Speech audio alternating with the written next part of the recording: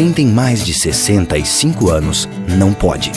Quem tem menos de 18 anos não pode. Mulheres grávidas não podem. Diabéticos não podem. Quem já teve hepatite não pode. Quem tem tatuagem recente não pode. E você, qual o seu motivo para continuar de braços cruzados e não ir doar sangue? Seja um doador. Uma campanha do Banco de Sangue do HPS.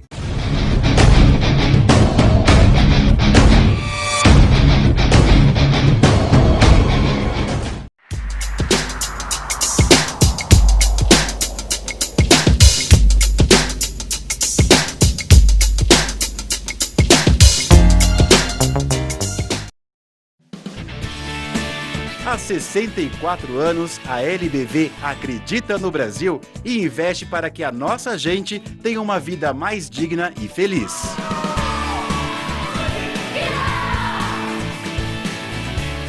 Seja um elo nessa corrente de amor, ajudando a transformar o nosso futuro. Ajude a mudar. Acesse lbv.org e colabore.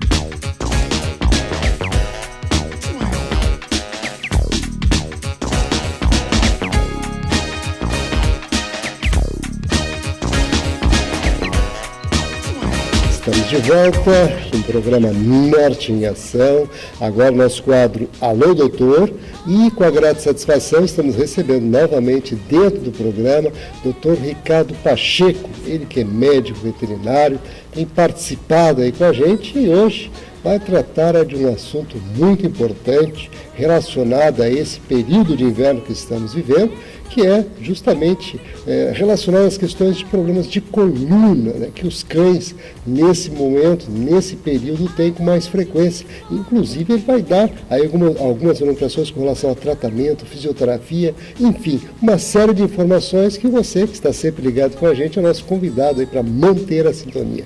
Tudo bom, doutor?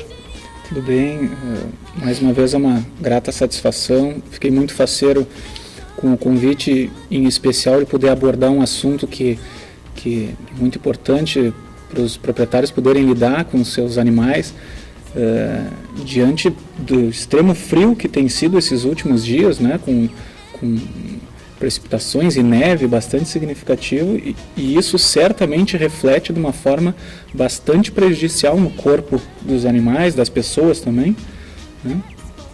A gente sabe que a temperatura fria tende a fazer com que o sangue que está circulando na periferia do corpo, dos músculos, os músculos tendem a se contrair e o sangue tende a fugir dessas partes mais extremas do corpo.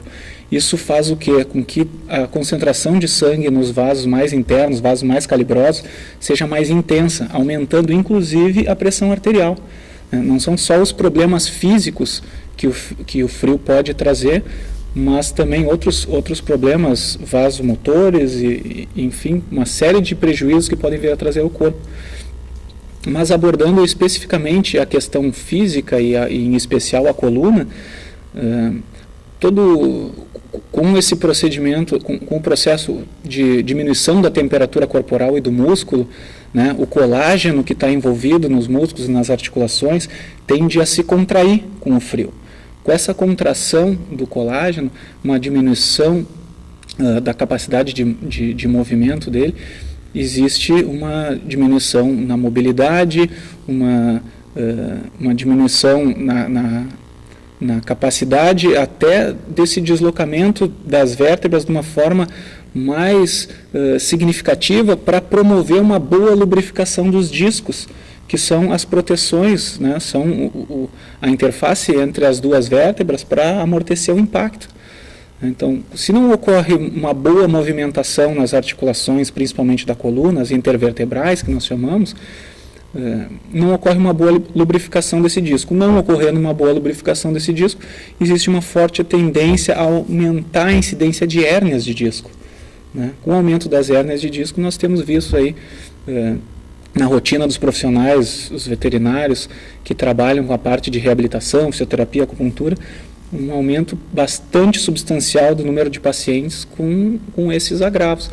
E não só da coluna, de todas as outras articulações, porque todas essas são articulações que nós chamamos de articulações sinoviais, né? Elas precisam de um líquido lubrificante que facilita o deslizamento dos ossos e das cartilagens envolvidas nessa articulação. O frio também tem uma tendência a deixar esse líquido sinovial um pouco menos deslizante, digamos assim, em termos mais simplórios, né? As articulações deslizam de uma maneira com um pouco mais de atrito, o que agrava e faz transparecer de uma forma mais intensa os processos de artrose, né? Principalmente os animais e as pessoas com mais idade acabam sofrendo, porque são seres que já estão com processos de artrose desenvolvidos em função do estilo de vida, em função da genética, em função de N fatores, e essas artroses que muitas vezes estavam quietas, sem incomodar a vida desse animal, nesses momentos de frio, onde tem esse agravo da diminuição da mobilidade em função da contração do colágeno e da diminuição da viscosidade do líquido sinovial, que não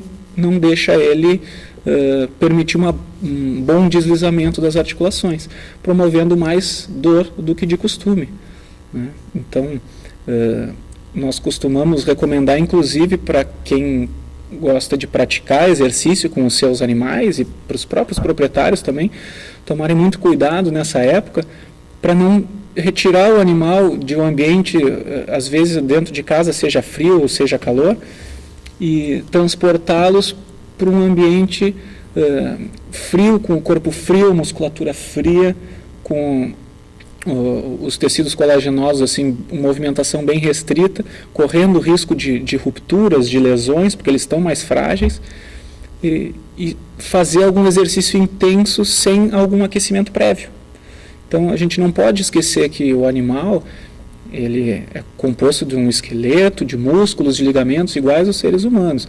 E nós, de uma maneira preventiva a lesões, sempre devemos fazer pré-aquecimentos antes de executar qualquer tipo de atividade física, em especial em período frio.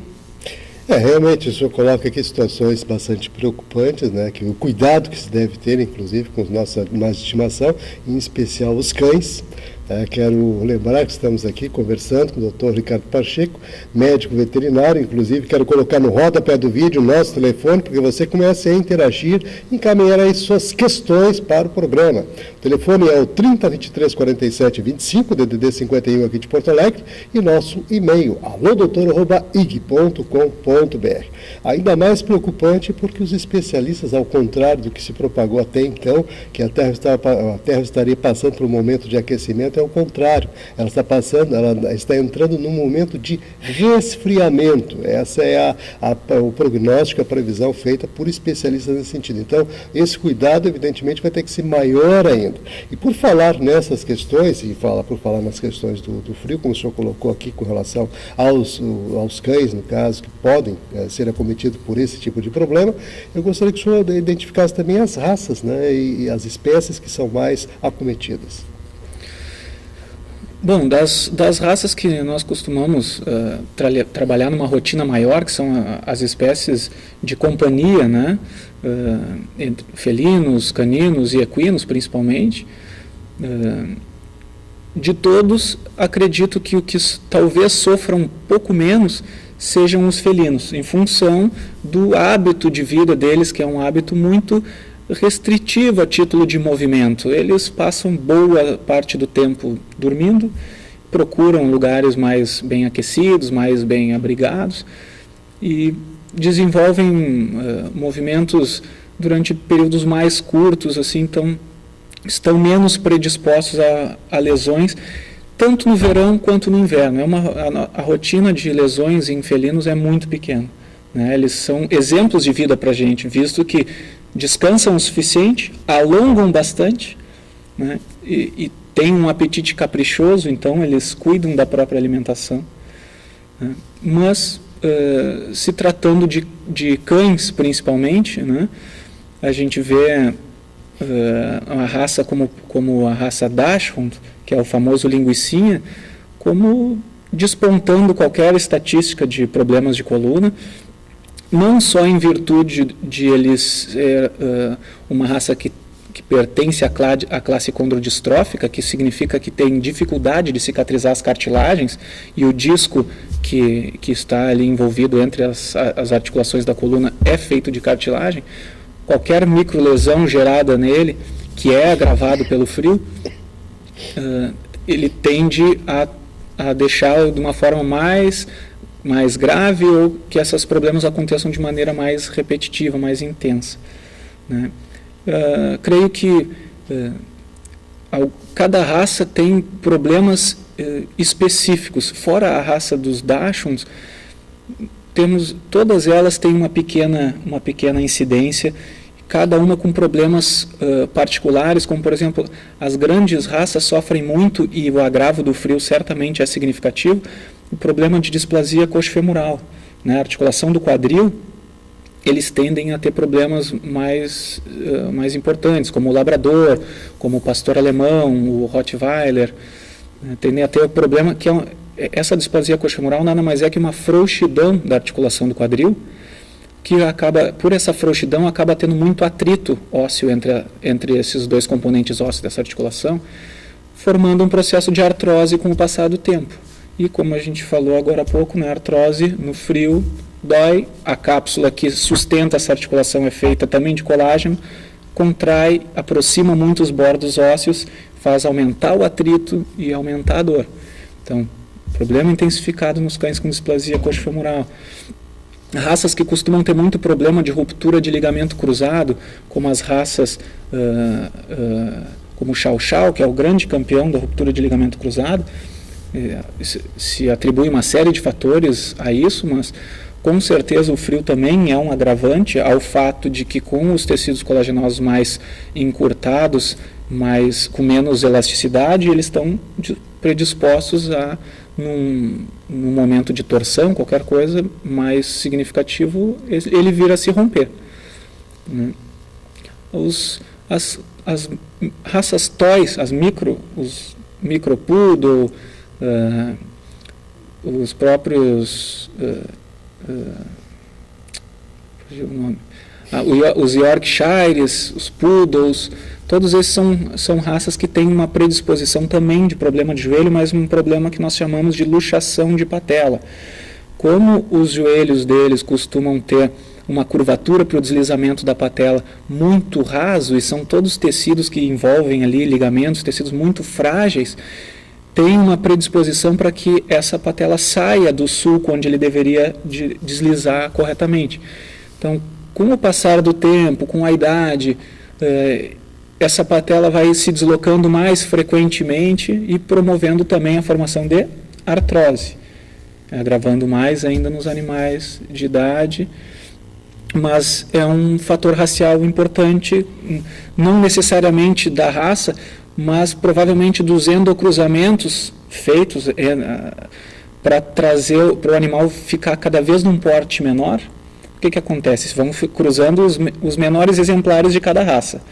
Os menores Yorkshires foram sendo cruzados, e esses endocruzamentos, muitas vezes esses cruzamentos parentais, acabam exacerbando esses genes negativos para problemas genéticos vários, mas esses que tratamos em especial nesse momento, os problemas ortopédicos, né?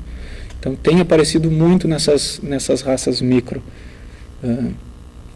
Em cavalos, a intensificação da prática do desporto, enfim, qualquer tipo de lesão também que pode acometer um ser humano, um cão, eles são muito semelhantes. Não tem nenhuma estatística para passar com relação à predisposição racial, aumento da lesão, e sim que agrava também problemas de artrose, problemas de coluna, cavalos de mais idade, e maior facilidade de lesionar durante as provas, principalmente porque não tratam os cavalos em provas como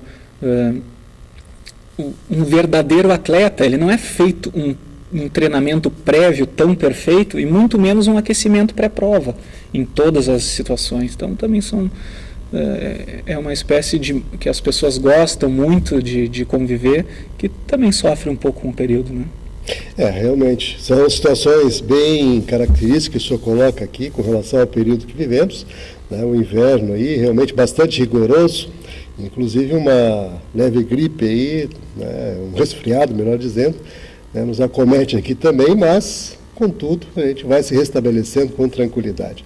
E por falar em restabelecimento, eu gostaria de falar agora do tratamento, né? E das medidas preventivas e a questão da fisioterapia também, que o senhor atua bastante.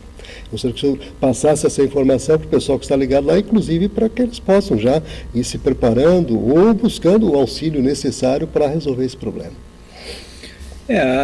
A minha especialidade, que é lidar com as terapias da área de reabilitação, que é tanto a fisioterapia, a quiropraxia, a acupuntura, a associação delas é o grande benefício, né, na minha opinião.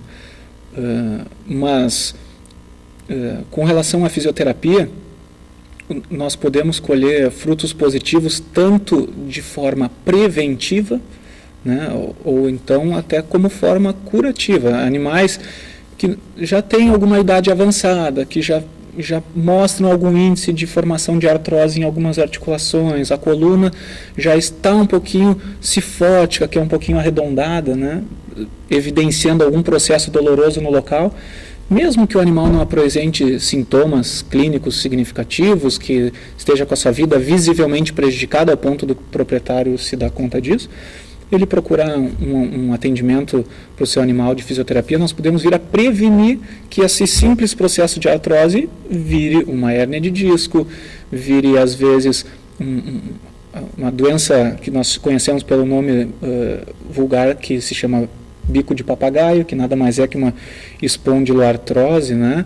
Isso é quando acontece deposição de moléculas de cálcio no ligamento ventral que passa por baixo das vértebras. Esse ligamento vai se calcificando e formando uma proeminência como se fosse um bico de um papagaio, por isso esse nome. Então, a gente, com a terapia de fisioterapia, principalmente associada à quiropraxia e acupuntura, a gente diminui muito a incidência da formação desses bicos de papagaio, prevenindo em longo prazo problemas de agravo na coluna desses animais. E de forma curativa, claro, né, o animal que tem qualquer tipo de dor, qualquer tipo de insuficiência em alguma articulação ou mesmo de coluna, a fisioterapia tem equipamentos como o laser, que atua diminuindo a inflamação e a dor local, além de fazer com que o cérebro produza substâncias analgésicas que vão agir no corpo como um todo. Tem equipamentos correntes elétricas que bloqueiam a condução da dor e secundariamente acabam fazendo o quê? Com que tenha diminuindo a dor, diminui aquele ciclo fisiológico do organismo que ele tende a toda dor ele tentar restringir o movimento para poupar a dor. Liberando a dor, quebra-se o ciclo de dor e espasmo que nós falamos, né? E esse espasmo diminuído aumenta a mobilidade.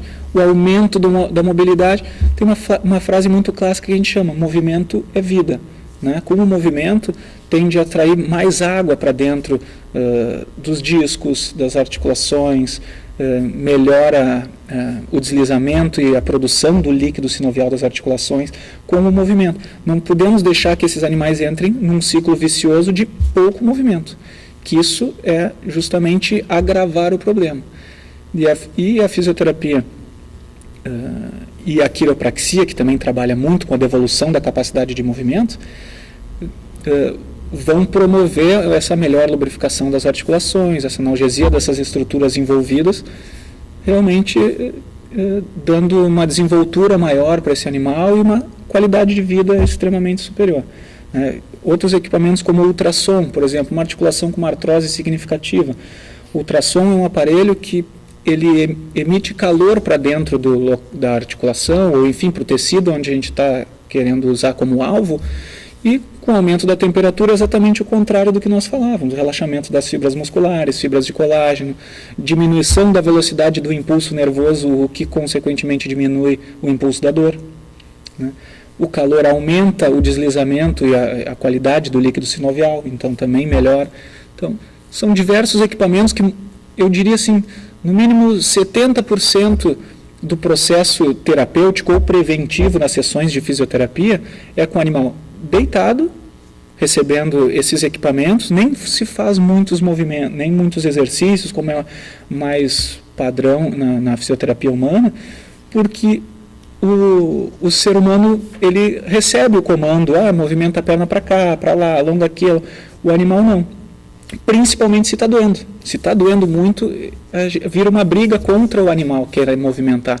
Então nós temos que fazer o quê? Com a fisioterapia, acupuntura e quiropraxia, promover subsídios para que o próprio animal busque a sua cura, né? Diminuindo a dor dele, melhorando a capacidade de movimento das articulações dele, ele mesmo volte a se movimentar de uma forma mais eficiente, né? E aí pequenas técnicas de movimentação, exercício, vão trazer também os benefícios, mas considero particularmente mais importante a gente agir ali na raiz do problema, né? Aquilo que está impedindo aquele movimento, e não forçar um movimento que está impedido por algum motivo. Então, é extremamente benéfico, né? O aumento da qualidade de vida deles é muito significativo. A gente lida muito com animais paralíticos, né? E esses animais paralíticos perdem completamente o movimento das patas traseiras, mas nós temos uma estatística, nas lesões mais graves, nós ainda temos em torno de 50% dos animais voltam à vida normal, né? Nas lesões mais brandas, que seriam quando o animal não perdeu a sensibilidade do membro, né? A gente não pode considerar ele paralítico, a gente consideraria ele parésico, né? Perda do movimento e não da sensibilidade. Esse caso, graças a Deus e aos nossos estudos todos, tudo que já foi captado de informações, experimentado, hoje a gente segue as principais teorias mundiais nessa terapêutica, nós temos 100% de êxito em todos os animais que chegaram aos atendimentos com a sensibilidade das suas patas, todos recuperaram 100% das suas atividades, exceto animais que têm alguma lesão degenerativa, algum animal que está sofrendo de alguma, está degenerando as suas fibras neurológicas, fibras musculares, lesões degenerativas, aí sim, a tendência é só a cada vez piorar, né? Não foi algo traumático que nós vamos reverter esse trauma e devolver a capacidade motora para esse animal. Então, é extremamente positivo e a grande maioria deles recupera. O poder de recuperação do animal costuma ser superior ao do ser humano. Realmente, informações muito valiosas, né? Questões que estão aí, principalmente nesse período do inverno, todo cuidado importantíssimo, né, que se tenha. E, claro, vamos agradecer mais uma vez aqui a participação do Dr. Ricardo Pacheco, médico veterinário, que falou hoje aqui sobre as questões, né, voltadas aí aos problemas de coluna nos animais, em geral, dando conotações ao tratamento, enfim, trazendo informações muito importantes.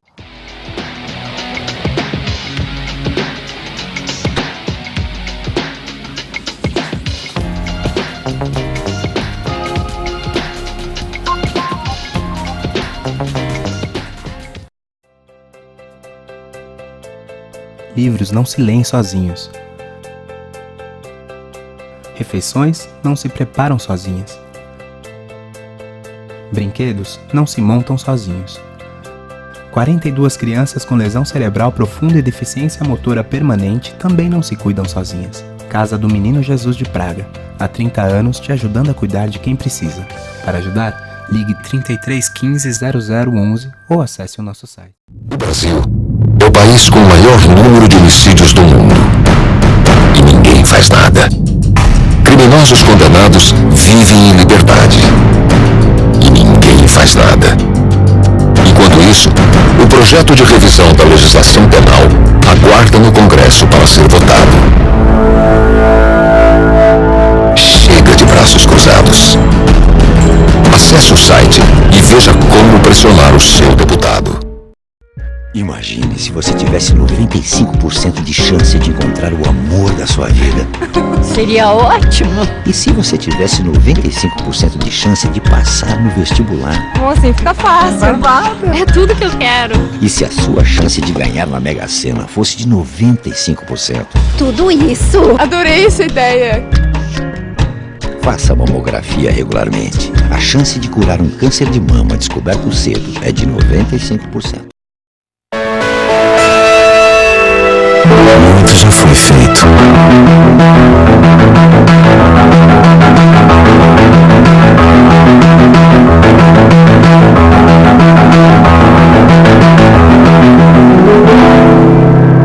Mas ainda há muito a se fazer.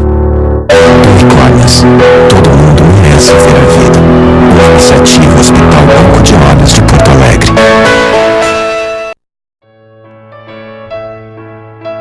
Meu nome é Janaína Lima, eu sou coordenadora voluntária da Associação Emanuel.